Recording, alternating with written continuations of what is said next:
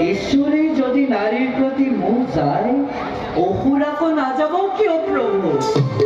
তার অর্থ অর্থটি পরিষ্কার প্রভু।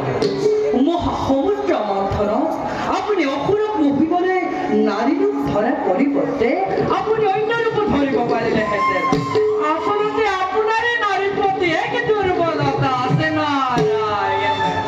আসলে এই কথা হসা নহয় না প্রভু, আমার উদ্দেশ্য বেলে আমি সংকল্প হেতুৱাটো নিবিচাৰ সংকল্পৰ মাজেৰে নতুন সৃষ্টি হোৱাটোহে বাঞ্ছনা কৰোঁ। নারায়ণ নারায়ণ।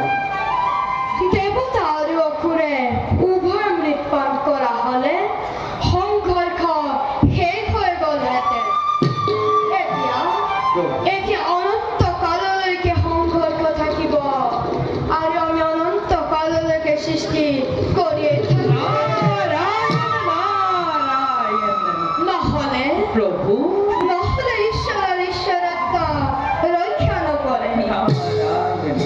কিন্তু প্রভু, আৰু আপনার মুখের রূপে কেবল অহুরকে মুখিব পারে, দেবতা সকল কিন্তু মোর ক্ষয় করিব নোৱাৰে।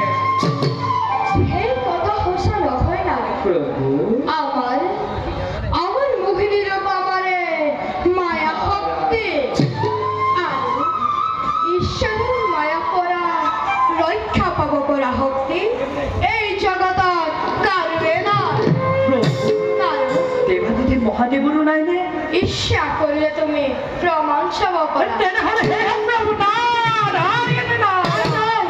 নালাগে তাৰো ঈশ্বৰৰ মাজৰ শিৱচখন লগাই তুমি ৰং চাব নালাগে।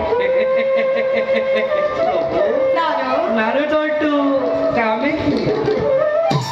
মই এতিয়া আহিলোহে প্ৰভু।